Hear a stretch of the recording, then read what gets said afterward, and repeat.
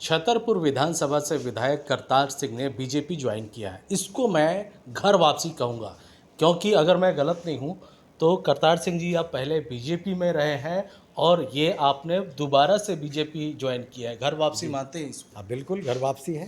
पहले मैं 2 बार 2007 में और 2012 में भाटी वार्ड से बीजेपी से निगम पार्षद रह चुका हूँ। और उससे पहले 2007 से पहले भी मैं बहुत सक्रिय भूमिका, मैंने जितने भी हमारे चुनाव होते थे भारतीय जनता पार्टी के 91 से लेकर और 2014 तक मैंने बहुत लंबे समय जो है भारतीय जनता पार्टी में ही काम किया है। और ये मेरी बिल्कुल घर वापसी है। और मैं अब पूरी मेहनत से, ईमानदारी से मैं और हमारा एक एक कार्यकर्ता क्षेत्र की जनता के लिए और भारतीय जनता पार्टी को आगे और मजबूत करने के लिए काम करेंगे। करतार जी, सवाल ये है, दो सवाल है बेसिकली। आपने बीजेपी में इतना समय दिया था, इतना अच्छा जब काम किया तो आखिर क्यों आप आम आदमी पार्टी में गए? और इतने दिनों तक लगभग 9 साल तक आम आदमी पार्टी में रहने के बाद क्या वजह है जो आप दोबारा से बीजेपी में आए हैं? दोनों का वजह क्या है सर? देखिए, जो आपने कहा कि आम आदमी पार्टी में जाने की वजह, उस समय पर कुछ व्यक्तिगत चीज़ें थीं और आम आदमी पार्टी में मैं विधायक बना, 2015 में विधायक बना। छतरपुर की जनता ने मुझे बहुत प्यार दिया, जिताकर भेजा, रात दिन प्रयास किया। हर क्षेत्र में मैंने अपना पूरा प्रयास काम करने का किया। फिर 2020 में दूसरी बार छतरपुर की जनता ने फिर विधायक बनाया।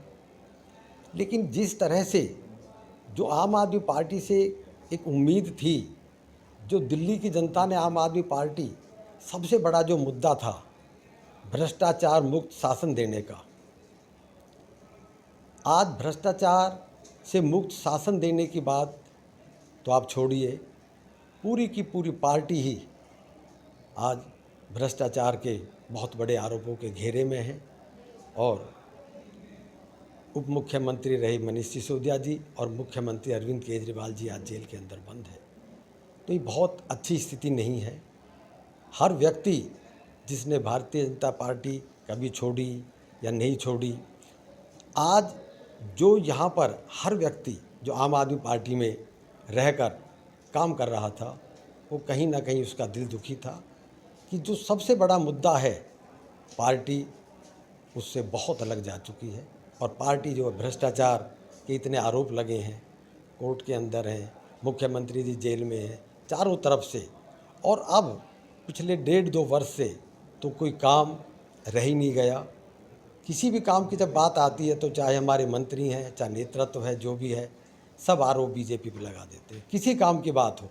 इस सवाल पे सर मैं आने वाला था, प्रधानमंत्री क्योंकि पे आरोप। आप सर अपने क्षेत्र में काफ़ी लोकप्रिय हैं, ये चीज़ हम लोग भी देखते हैं। लेकिन बीते कुछ दिनों से बात करें तो क्षेत्र में जो विकास के काम है वो बिल्कुल भी नहीं हो रहा है।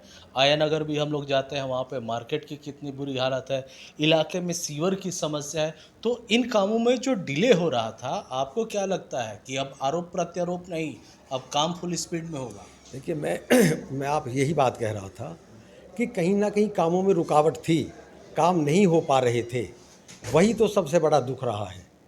तो मैं आपको विश्वास दिलाता हूँ कि जो रुके हुए काम हैं, आपने बिल्कुल सही कहा कि कुछ जगह इस तरह की शिकायतें हैं। तो मैं आपको, आप अगले 1 महीने बाद आप देखेंगे, आपको सारे काम बहुत बढ़िया से चलते हुए मिलेंगे। ये छतरपुर की जनता के लिए अच्छी बात है। सर एक चीज़ सौरभ भारद्वाज जी ने ये कही थी कि आपके ऊपर जो इनकम टैक्स की रेड पड़ी थी, उसके डर से आपने बीजेपी ज्वाइन किया। इसमें क्या सत्यता है सर? देखिए, मेरे यहाँ पर इनकम टैक्स की जो रेड हुई थी वो 2016 में हुई थी।